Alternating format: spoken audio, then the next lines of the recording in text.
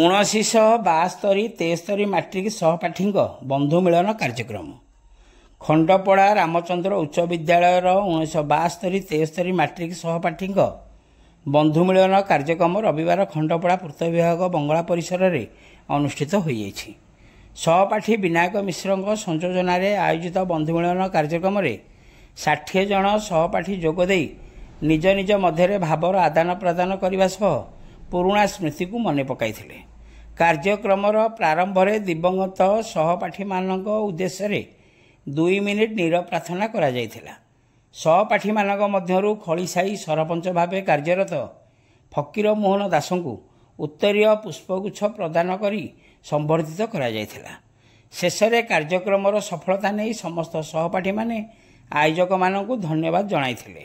ଏହି ଅବସରରେ ସହପାଠୀମାନଙ୍କ ମଧ୍ୟରୁ ଜଗଦୀଶ ମହାପାତ୍ର, ଭାରତୀ ମିଶ୍ର, ବିଜୟାନନ୍ଦ ମିଶ୍ର ପ୍ରମୁଖ ନିଜ ଅଭିଭାଷଣ ଦେଇଥିବା ବେଳେ ଘନଶ୍ୟାମ ଷଡ଼ଙ୍ଗୀ ଧନ୍ୟବାଦ ଅର୍ପଣ କରିଥିଲେ। ପରିଶେଷରେ ଆସନ୍ତା ବର୍ଷ ଏକ ସ୍ମରଣିକା ପ୍ରକାଶ ପାଇବା ନେଇ ସର୍ବସମ୍ମତିକ୍ରମେ ନିଷ୍ପତ୍ତି ନିଆଯାଇଛି।